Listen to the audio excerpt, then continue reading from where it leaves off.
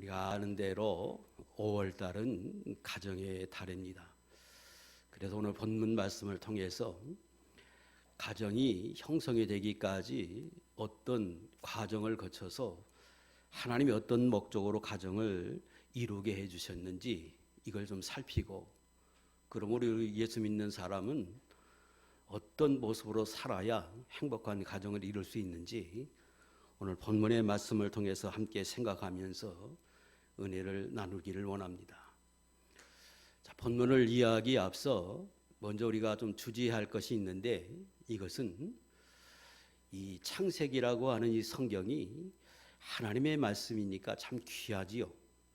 이 창세기의 특징 중에 하나는 모든 것의 시작, 기원을 기록한 성경이라고 말할 수도 있습니다. 그래서 온 우주의 시작이 어떻게 됐는지, 인류의 기원이 어떻게 되는지, 죄의 기원이 어떤 것인지, 또 가정의 기원이 어떤 것인지, 이런 등등의 것들을 이 창세기에서 아주 상세하게 우리에게 말씀해 주고 있습니다. 우리가 보려고 하는 이 2장 18절 이하에 보면 사람을 짓는 광경이 나오고, 또 각종 짐승과 각종 새를 지으셨다, 이런 기록이 있는데, 이 말씀은 지금 순서에 의해서 하나님이 6일 동안의 천지 창조에 관해서 말씀한 게 아니고, 그 기록은 1장에서 마무리했습니다. 2장에서 마치 새롭게 기록한 것처럼 지금 말씀하시는 것은 가정의 기원을 이야기하기 위해서 그 앞에 있었던 사건들을 조금 상세하게 기록한 것이지, 이것이 지금 천지 창조할 때의 모든 만물을 이런 순서로 이렇게 지으셨다, 이게 아닙니다. 이걸 감안하시면서 오늘 말씀을 우리가 상고해야 합니다. 자, 가정을 주신 배경이 무엇이냐? 그 앞의 내용을 조금 살피면, 하나님이 사람을 존귀하게 창조하셨지요. 그래서 유일하게 하나님이 사람에게만 하나님의 형상대로 지으셨습니다. 그리고 그 하나님의 형상대로 창조된 사람을 행복하게 하기 위해서 하나님이 에덴 동산을 창설하고 그곳에 사람을 두었습니다. 그리고 거기서 아담이 생활하는 모습을 볼 때에 18절, 하나님이 보실 때 아담 혼자 사는 것이 좋지 않았다, 이렇게 설명했습니다. 그래서 하나님이 내가 그 아담을 위해서 덮는 배필을 지어야 되겠다 하고 작정을 하십니다. 그리고 이어서 19절 20절에 각종 들 짐승들, 각종 새들을 아담에게로 이끌어서 아담이 그걸 보고 이름을 무엇으로 짓는지를 살폈습니다. 그리고 그 아담이 그것들을 보고 이름을 짓는 대로 그 이름이 됐다.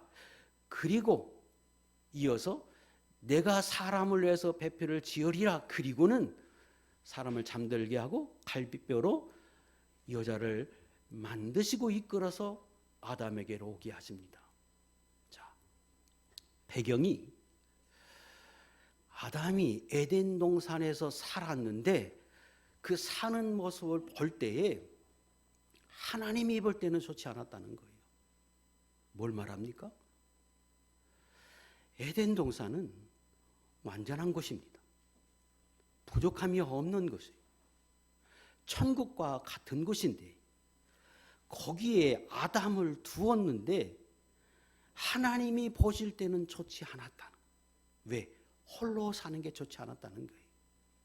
이것은 사람이 물질적으로 풍부하고 부족함이 없고, 그리고 모든 것에 아주 풍요로워서 아무 근심 걱정 없이 살 수 있어도 혼자 사는 것 그 자체가, 아니 그렇게 풍부한 그 물질이나 그 외부적인 요인이 인간을 완전한 행복으로 이끌어가지 못한다는 거예요.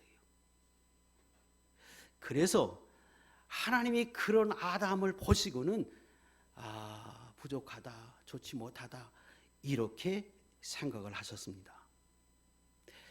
인간은 다 가진 것 같아도 하나님이 보실 때에 그 인간이 행복하게 살기 위해서는 서로 사랑하고 협력하고 인간적인 관계 속에서 살아갈 때 그 안에서 진정한 행복을 얻을 수 있다고 하는 것을 말해줍니다. 그래서 하나님이 남녀를 지으시고 그리고 짝지어서 서로 사랑하게 하고 서로 덮게 하고 그리고 그 안에서 자녀를 낳게 하고 그 자녀를 양육하면서 훨씬 더 큰 기쁨과 보람을 얻으면서 행복하게 살게 합니다. 더 나아가서 그 자녀를 통해서 형제도 형성이 되고 더 넓은 인간적인 관계가 형성이 되겠죠. 그 이웃도 생기고 다양한 형태의 그 인간적인 관계를 형성하면서 그 안에서 성숙해 가고 진정한 행복을 얻어가도록 하나님이 가정을 만드셨습니다. 그래서 이 가정이 하나님이 보실 때에는 우리 인간에게 아주 귀한 선물로 주신 것입니다. 그래서 이 말씀을 통해서 하나님의 우리 사람들에게 남녀를 짝지어서 가정을 이루게 하셨는지 그 목적이 어디 있는지를 배우게 합니다. 첫째는 더 행복하게 더 큰 기쁨과 행복을 누리며 살게 하기 위해서 하나님의 가정을 형성하게 하십니다. 그리고 또 하나는 하나님이 사람을 창조하시고 그리고 그들에게 축복해 주신 것이 1장 28절에 있는데 사람을 하나님의 형상대로 만드시고 생육하고 번성하고 창성하고 충만하라고 축복합니다. 그리고 그로 인하여 세상 만물을 사람을 통해서 다스려 나가기를 하나님이 원하셨고 그렇게 되라고 축복해 주십니다. 이 하나님의 이 축복은 우리 인간을 얼마나 존귀하게 여기고 사랑하셨는지를 말씀하시고 하나님이 이 세상을 어떻게 다스려야 하는지 어떻게 하고자 하시는 건지 우리에게 말씀하시고 그리고 그 일을 감당하기 위해서 사람들이 자녀를 낳고 번성하고 창성해야 가야 했습니다. 이게 하나님의 뜻이고 하나님이 세상 만물을 다스리려고 하는 원리였습니다. 그래서 생육하고 번성하고 창성해서 지속적으로 복을 받게 하기 위해서 가정을 하나님이 이루게 하셨습니다. 자, 이것이 가정을 주신 목적입니다. 그리고 그 가정을 이루는 과정도 좀 특별합니다. 그래서 그 하나님이 가정을 이루게 하는 그 과정 속에서 하나님이 뭘 말씀하시는지 뭘 원하는지 우리가 어떻게 살아야 행복하게 살 수 있는지 또 아주 보람된 가정을 이룰 수 있는지를 알게 합니다. 본문을 잘 보면 하나님이 가정을 이루어야 되겠다. 짝을 이렇게 주어서 행복하게 살게 해야 하겠다고 하나님이 18절에 작정을 하십니다. 그리고 만드시면 되잖아요. 그런데 하나님이 19절, 20절에 그 아담에게로 각종 짐승들과 각종 새를 아담에게 이끕니다. 왜 이끌었느냐? 본문은 19절에 아담이 어떻게 이름을 짓는지 무엇이라고 짓는지를 보고자 하셨다 이렇게 말씀하십니다. 어떻게 보면 아담이 어떤 지혜를 가졌는지 알기 위해서 한 것처럼 보입니다. 그러나 이것은 표면적인 이유였습니다. 진짜 의도는 하나님의 의도는 아담에게 그 각종 들짐승과 새들을 이끌었는데 그것들의 특징이 뭐냐면 하나님이 사람처럼 그들도 흙으로 빚었다는 거예요. 들짐승들도. 그리고 그것들은 짝이 있었습니다. 암수가 있어서 그 암수를 통해서 서로 사랑을 나누며 도우면서 행복하게 사는 그 모습을 하나님이 아담에게 보이고 싶었습니다. 그래서 특별히 그것들만 아담에게로 이끌어요. 어떻게 보면 창조의 순서에 의해서 지금 먼저 사람보다도 짐승을 지어야 하기 때문에 그것들을 흙으로 짓고 그리고 아담에게 데려온 것처럼 그렇게 보입니다. 근데 그게 아니라 그거죠. 제가 전자에 말씀드린 대로 1장에서 천지 창조는 끝났어요. 또 아담이 에덴 동산에 존재했다는 얘기는 사람보다 들짐승을 먼저 만들었기 때문에 당연히 그들도 존재합니다. 그런데 아담에게 이끌어 오기 위해서 마치 만든 것처럼 하나님이 표현하신 것은 그것들이 하나님이 사람처럼 흙으로 지었던 그들인데 그들은 다 짝이 있어서 그렇게 살고 그리고 그것을 번식을 통해서 나가는 것을 아담에게 보이신 거예요. 왜 그랬을까요? 그걸 통해서 아담이 나도 짝이 있었으면 좋겠다. 하나님이 이렇게 번식을 하게 하고 번성하게 하고 이렇게 살도록 행복하게 살도록 하나님이 그렇게 섭리하셨구나. 근데 나는 왜 혼자일까? 나도 짝이 있었으면 좋겠다고 하는 생각을 갖도록 하신 것. 뭘 말해주느냐? 하나님은 당신의 뜻이 어떤 뜻을 가졌다고 해서 그 뜻을 일방적으로 밀어붙이지 않아요. 먼저 그 하나님의 뜻을 이루기 위해서 사람들에게 존귀하게 지은 하나님의 자녀들에게 소원을 주신다는 거예요. 나도 이렇게 했으면 좋겠다.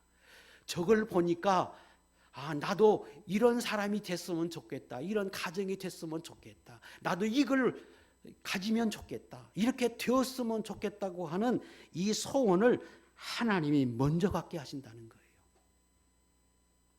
그리고 그 짐승들과 새들을 바라보며 아담이 그런 마음을 가질 때에 비로소 21절 아담을 잠들게 하고 갈빗대를 취하여 여자를 지으십니다. 잘 보세요. 18절에 배필을 지으리라 말씀하세요. 그리고 20절에 덮는 배필이 없음으로 지으셨다. 그 중간에 아까 제가 얘기한 그 각종 들짐승과 각종 새를 삽입시킨 것처럼 그 사건이 의미 없는 것 같은데 거기에 집어넣은 것처럼 보여요. 하나님의 의도입니다. 오늘 우리에게 교훈해 주시는 겁니다.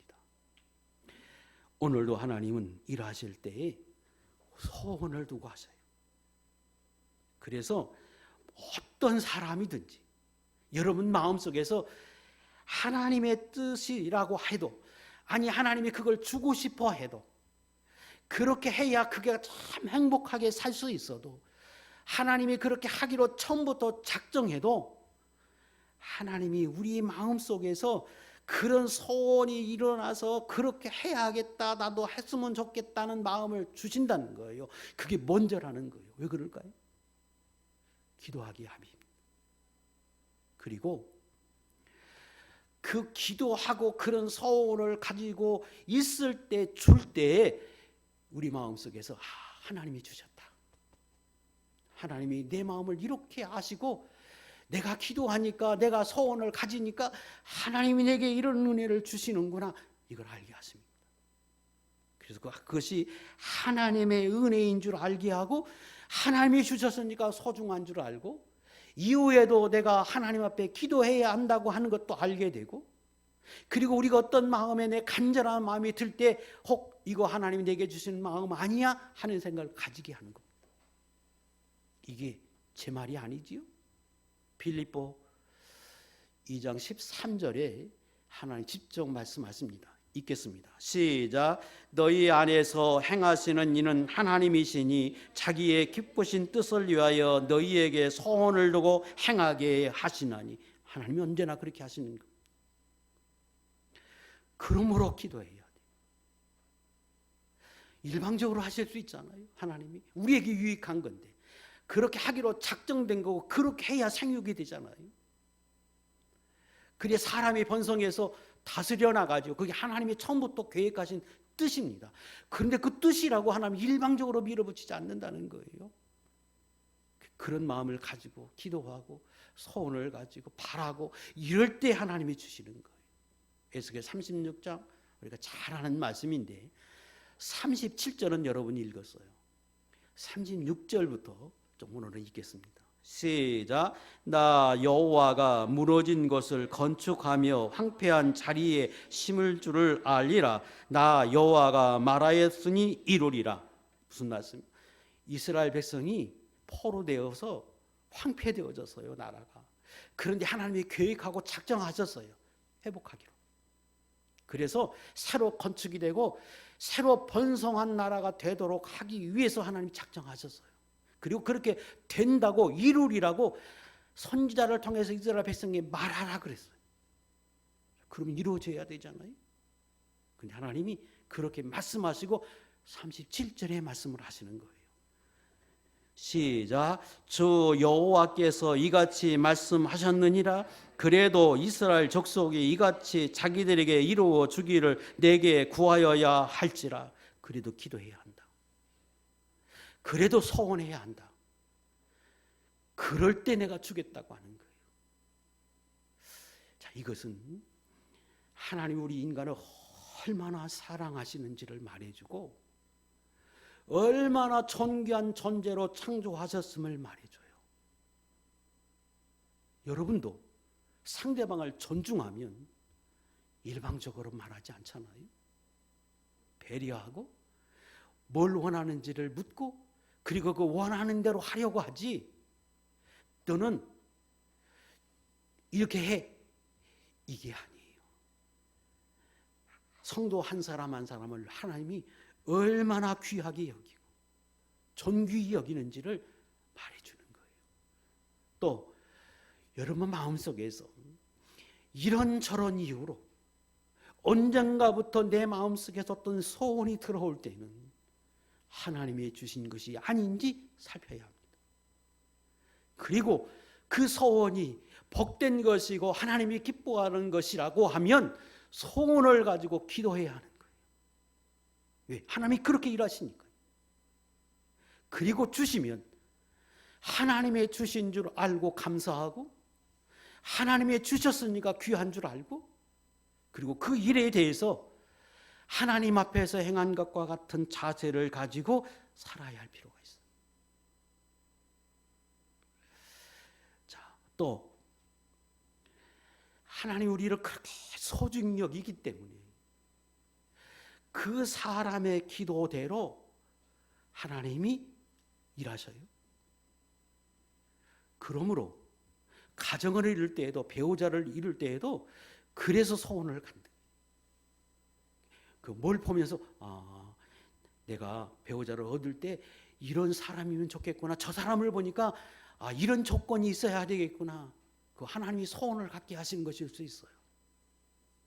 그래서 구체적으로 기도하고 내가 하나님 앞에 그걸 점검해 봐서 그게 옳다 그러면 소원을 가지고 기도하는 자세가 필요해요. 또 하나는 인간이 존귀 여기기 때문에 내가 말하는 것, 내 소원을 갖는 것 하나님이 그걸 통해서 일하신다고 그래요. 우리의 소원이 내 입의 말이 긍정적이에요. 왜? 하나님 그걸 통해서 일하시니까. 주고 싶어도 하시고자 할 때에 하나님이 그 마음을 갖게 하기 위해서 지금 이끌어 가시잖아요. 근데 어떤 사람은 다 생각하는 게 부정적이고 또 말하는 게 다 부정적이고 원망하고 불평하면 하나님의 주신 복에서 떠납니다. 생각해 보세요. 아담이 지금 하나님의 어느 날부터 자기 앞에 그 각종 들짐승들 중에 짝을 이루어서 행복하게 사는 것만 내 눈에 보여. 하나님이 그렇게 하셨으니까요. 새들도 날아와서 내 앞에서 지저귀는데 꼭 단짝을 이루어가지고 내 앞에서 아른거리면서 산단 말이에요. 그때 아담이 하나님이 나에게 이렇게 좋은 동산도 주고 이랬는데 왜 나는 혼자야? 저들은 저렇게 짝을 이루고 행복하게 사는 것 같은데 왜 하나님 나를 혼자 두었어? 이러면 어떻게 되겠어요? 하나님의 목적은 그걸 통해서 내가 소원을 가지고 기도하고 그 마음을 가지면 내가 주겠다고 해서 지금 하나님 보여준 건데, 그걸 가지고 부정적으로 생각하고 부정적인 말을 하면 어떻게 되겠냐? 똑같은 거예요. 어느 날부턴가 내 앞에서 행복하게 사는 가정이 보이는데 그 남자와 여자가 아주 좋은 성품을 가졌어요. 아, 내가 저런 사람이 돼야 되겠구나. 아, 저런 사람을 구해야 되겠구나. 이렇게 생각하는 거죠. 매사가 다 그렇다는 거예요. 시편 109편 띄우세요. 이것도 읽겠습니다. 시작. 그가 저주하기를 좋아하더니 그것이 자기에게 임하고 축복하기를 기뻐하지 아니하더니 복이 그를 멀리 떠났으며. 내가 죽었으면 좋겠다.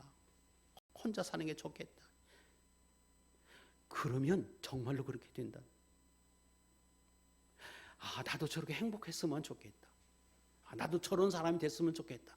저런 사람이 내 아내가 되고 남편이 됐으면 좋겠다. 저런 가정을 이뤘으면 좋겠다. 저런 자녀가 되었으면 좋겠다. 이래야지요. 그리고 기도해야지요. 왜? 그것도 하나님 이뤄가기 위해서 그는 지금 단계를 걸쳐서 하나님 나에게 주신 것일 수 있으니까요. 그래서 사도 바울이 빌립보 4장에서 말씀합니다. 옥에 갇혀 있는 사도 바울이 이스라엘 백성들에게 말씀해요. 항상 기뻐하라. 내가 다시 말하노니 기뻐해라. 내가 얼마나 너그러운 사람인지, 사랑이 있는 사람이 믿음의 사람인지 내 너그러움을 모든 사람에게 보여줘라. 그리고 모든 일에 근심하고 걱정하고 염려하지 말고 어제 기도로 감사함으로 하나님 앞에 기도하며 구해라. 그러면 모든 지각에 뛰어나신 하나님이 내 생각과 마음을 지키시고 다스려서 인도해 주실 것이다. 이게 빌립보 4장 4절부터 7절에 있는 말씀이에요. 이게 성도들의 자세해야 하고 우리가 그렇게 살아야 한다는 겁니다. 두 번째, 이 과정을 통해서 우리가 배우는 것은 하나님께서 그 아담에게 내가 짝을 지어야 되겠다. 혼자 사는 게 참 좋지 못하다. 이래서 하나님이 돕는 배필을 지으셨습니다. 그래서 아내에게 남편은, 남편에게 아내는 돕는 배필로 하나님이 지어주신 것입니다. 여기 문자적인 의미는, 원어적인 의미는 그 앞에 늘 있다, 돕는 자다. 이 두 단어가 합성된 겁니다. 두 가지 의미가 같이 포함되어 있는 것. 배필을 지어야 되겠다. 하나님이 말씀하실 때 그 의미 속에는 항상 함께 있는 사람을 내가 지어야 되겠다. 그 말이고, 또 하나는 그러면서 돕는 사람. 이런 사람을 내가 지어서 아담에게 이끌어 가야 되겠다. 아담에게 주어야 되겠다. 하나님이 그렇게 생각하셨다는 거예요. 그런데 그 아담 앞에서 얼쩡거렸던 그 많은 짐승들이 짝이 있었는데 그 짝들과 하나님이 사람들에게 베풀어 준 짝과는 차이가 있었습니다. 인간만이 갈빗대를 취해서 여자를 만들고 그리고 이끌어서 배필이 되게 했습니다. 공동번역은 짝이라고 되어 있는데 짝을 이루게 했습니다. 특별하지요? 하나님이 그렇게 하신 이유가 무엇이었을까? 어떤 목적을 가지고 하나님이 그렇게 섭리해 가셨을까? 그것은 서로 보완적인 관계라는 거예요. 그래서 남자와 여자가 둘이 하나가 될 때 비로소 완전한 형태의 사람이라고 하는 것을 알라는 거예요. 그래서 여자가 남자를 돕고 남자가 여자를 도와서 완성되는 사람들이라고 하는 의미를 가집니다. 왜?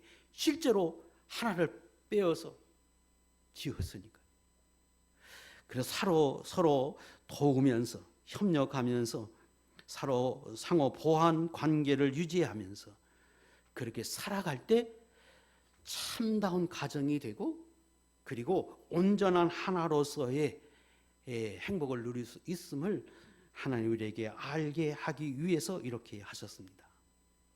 자, 또 그 하나님이 이끌어 가실 때 좀 특별합니다. 아담과 하와, 여자와 남자가 있는데 둘 다에게 내가 짝이 있었으면 좋겠다 이런 생각을 가지게 하고 이끌지 않았어요. 그 생각을 갖게 한 것은 아담이었습니다. 남자. 다시 말하면 여자를 지어서 아담에게로 이끌기 이전에 아담에게 하나님이 그런 마음을 갖게 한 거예요. 나도 저 짝이 있었으면 좋겠다. 이런 생각을 아담에게 갖게 하고 그 생각을 가질 때 하와를 데리고 왔다는 거예요. 이게 무슨 의미냐면 보통 남자는 강하지요. 그래야 가정을 이끌어가고 또 대외적인 관계를 해야 하고 옛날 같으면 싸워야 하고 그래서 가정을 지켜야 하기 때문에 더 강하게 하나님이 지으셨습니다. 그리고 정복욕, 지배하려고 하는 이런 습성이 남자에게는 강하게 있습니다. 왜? 필요해서 하나님이 주신 거예요. 반대로 여자는 의존적이에요. 의탁적이고 의존적인 그런 습성이 있어요. 모두 다 그렇게 말할 수는 없지만 일반적으로 그렇지요. 왜? 하나님이 지을 때부터 지금 아담의 갈비뼈를 취해서 하와를 만들었으니까요. 이게 하나님이 남자와 여자를 만들 때 대표적인 특성 중에 하나인데 그 남자에게 주신 필요해서 주신 그 강함, 정복력, 소유하려고 하는 이것이 너무 강하면 여자를 지배하려고 하겠지요. 자기 마음대로 소유하려고 하고 함부로 하기 쉬워요. 그래서 하나님이 둘이 짝지어 주기 전에 남자에게 하나님이 단계를 거쳤어요. 나도 저런 사람이 있었으면 좋겠다. 내 옆에서 저렇게 행복하게 같이 다니면서 저렇게 사랑을 나누면서 나도 저런 아내가 있었으면 좋겠다. 저런 상대가 있었으면 좋겠다. 이 마음을 하와가 아닌 아담에게 갖게 하시고 주셨다는 거예요. 이것은 필요해서 하나님이 내게 주셨다고 하는 생각을 남자는 절대로 잊지 말라는 거예요. 가정을 이루어서 자기 아내를 생각할 때 하나님이 나에게 딱 맞는 사람, 나에게 필요해서 내가 행복하게 살라고 나의 부족한 면을 채우기 위해서 하나님이 나에게 주신 사람이라고 하는 것을 잊지 말고 함부로 하지 말라는 거예요. 그 지배하고 소유하고 이러려고만 하지 말고 존중히 여기고 귀하게 여기고 사랑하게 하기 위해서 하나님이 특별히 남자에게 이런 단계를 거쳐서 주셨다는 겁니다. 참 하나님이 하신 일이 오묘하지. 세 번째는 하나님이 아담에게 맞는 하와를 지으셨어요. 왜? 지금 아담이 혼자 사는 것이 좋지 않아서 그 아담에게 맞도록 하와를 사실은 지으셨어요. 그리고 여러분 같으면 어떻게 하겠어요? 너 이리 와. 둘이 하나가 돼 가정을 이루어 하고 이렇게 명령할 것 같잖아요. 근데 하나님의 방법은 그렇게 하지 않았어요. 하나님이 지으셨는데 누구에 맞게? 아담에게 맞게 지으셨는데 하나님의 방법은 슬며시 아담에게로 하와를 데리고 옵니다. 그리고 이끌리게 하셔요. 서로 끌리게 하셨다는 거예요. 남자는 여자에게 끌리고 여자는 남자에게 끌려서 이끌려서 스스로 선택하게 하셔요. 이게 하나님의 방법입니다. 오늘날도 같지요? 하나님의 뜻이라고 하나님이 절대로 강압적으로 우리에게 요구하지 않아요. 자유의지를 주어서 우리 스스로 하게 하세요. 그런데 그 하나님이 하게 하실 때는 내가 끌리게 해요. 하고 싶은 마음을 갖게 해요. 그리고 내가 그렇게 하고자 할 때 그것이 내 마음에 딱 맞게 이렇게 하나님이 하게 하신다는 거예요. 모든 일에 하나님 이렇게 하십니다.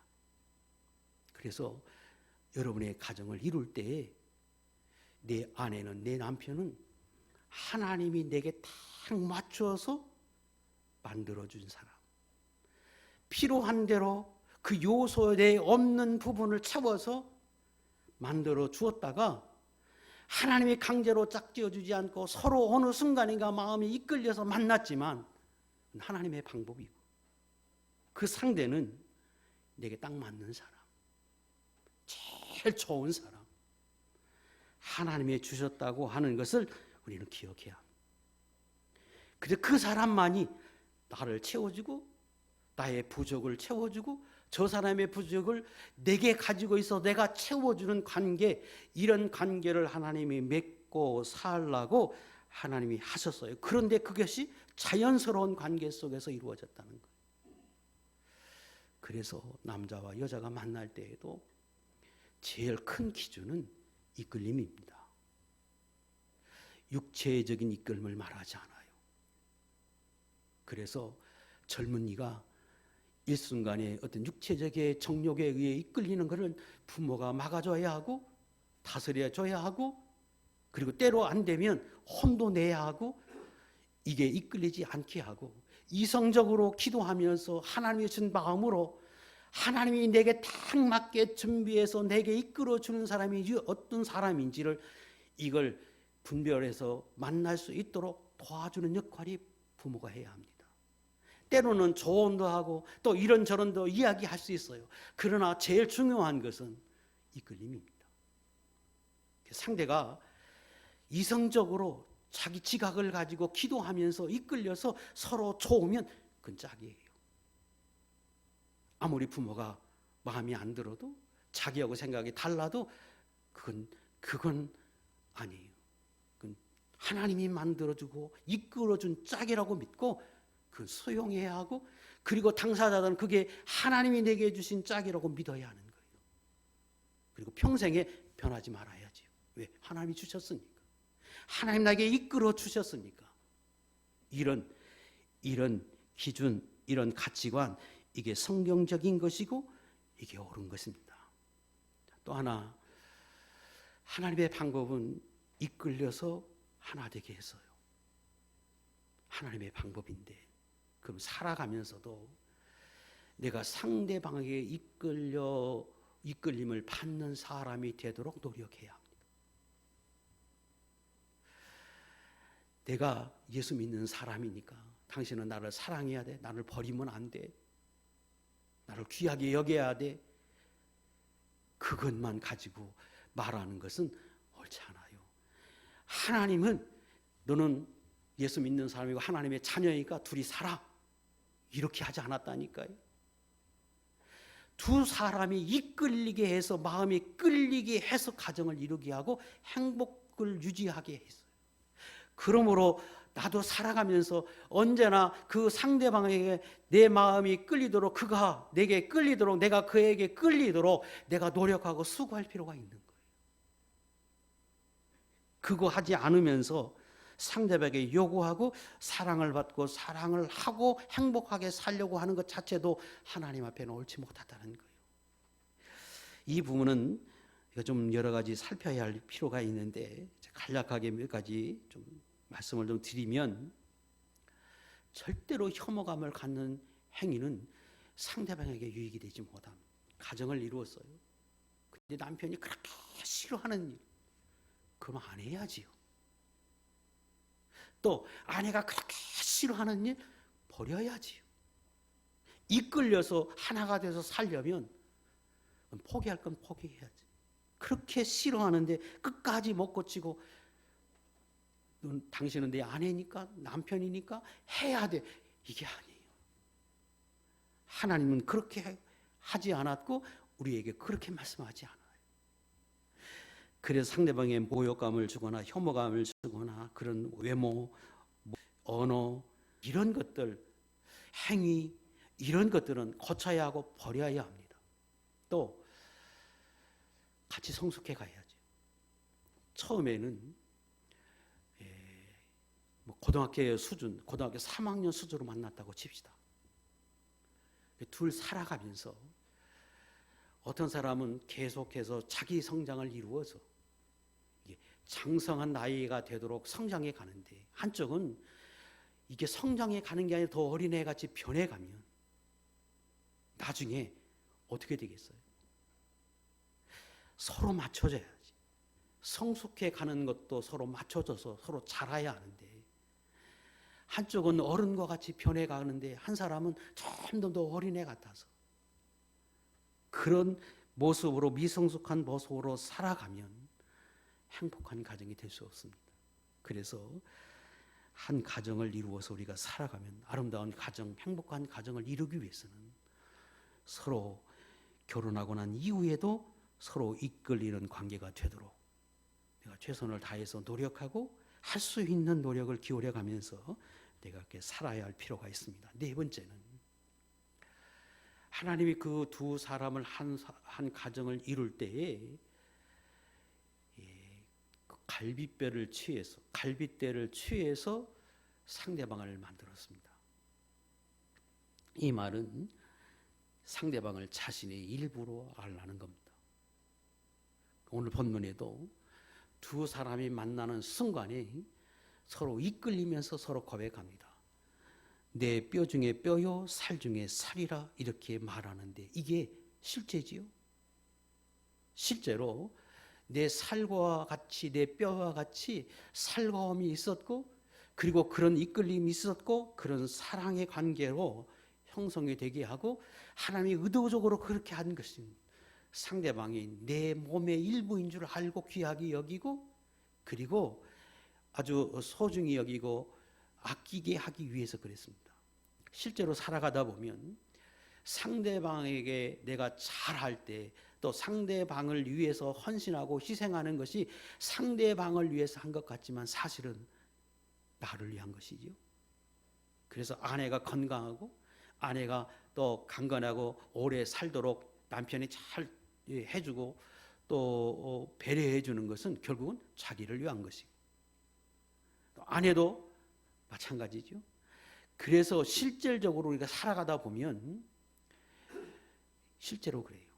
상대방에게 잘하는 것, 상대방을 위하는 것은 곧 나를 위한 것이고, 그것을 통해서 하나님의 아름다운 가정을 이끌어 가도록 하나님이 하셨습니다. 그래서 평생에 참다운 가정, 행복하게 사는 가정은 나이가 들어서도 상대방을 바라볼 때 내 뼈 중에 뼈요 살 중에 살이라고 하는 고백을 할 수 있도록 우리가 그렇게 노력할 필요가 있고, 또 그런 자세를 가져야 하고, 내가 그 상대방을 바라볼 때 그런 마음을 가질 때 나는 믿음의 사람의 모습으로 하나님 앞에 참 아름다운 사람으로 행복한 가정의 부부로 살아가고 있음도 우리가 알아야 하고, 만약에 그러지 못한 내 마음이 됐다고 하면 나를 점검해 봐서 어떤 것이 문제인지 살펴서 하나님 앞에 초심으로 돌아가는 예전과 같은 자세로 살아갈 수 있도록 서로 힘쓰고 애쓰고 서로 기도하고 할 필요가 있습니다.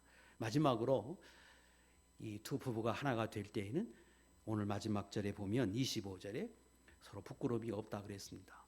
이 부끄러움이 없는 것은 서로에게 가리움이 없이, 또 숨김이 없이, 흠이 없이 살아갈 때 둘 관계에 이렇게 부끄러움 없는 관계로 살아갈 수 있습니다. 그래서 떳떳하게 상대방의 그 무엇이라도 숨길 만하고 이런 것 없이 살아갈 수 있어야 하고, 혹 상대방이 조금 연약한 부분이 있고 실수한 거, 허물이 있고, 과거에 좀 허물이 있다고 해도 그거 다 용서해주고 받아주고 용납해주고 하나가 돼서 이후로는 서로 부끄러움이 없는 관계, 하나가 된 관계로 우리가 살아갈 때 진정한 가정, 진정한 부부로서 행복하게 살아갈 수 있으리라고 믿습니다. 성경에 말씀하신 가정을 이루는 배경, 이루는 과정 속에서 하나님이 어떻게 하셨는지를 제가 말씀을 드렸습니다. 그 관계를 통해서 교훈을 삼아서 저와 여러분들도 하나님 앞에서 아름다운 가정을 이끌면서 평생에 행복하게 하나님 앞에 살아가드리는 거룩한 종들 될 수 있기를 주 이름으로 축복합니다. 기도하겠습니다.